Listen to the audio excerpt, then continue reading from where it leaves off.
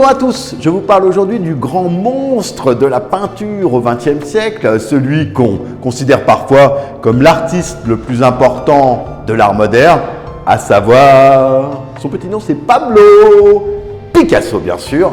Pablo Picasso qui n'a cessé de passer d'un mouvement à l'autre. On se souvient qu'il commence avec cette période, on va dire, où il est très précoce, où il commence à faire des corridas, puis ensuite le réalisme, la période bleue, la période rose, le fauvisme.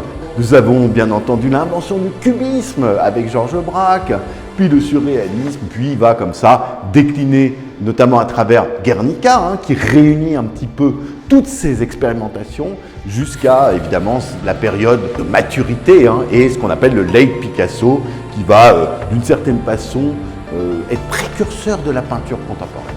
Alors évidemment, parler de Picasso, c'est se confronter à un mythe, d'aller le plus loin possible dans la compréhension de son travail, parce qu'il a été extrêmement prolifique.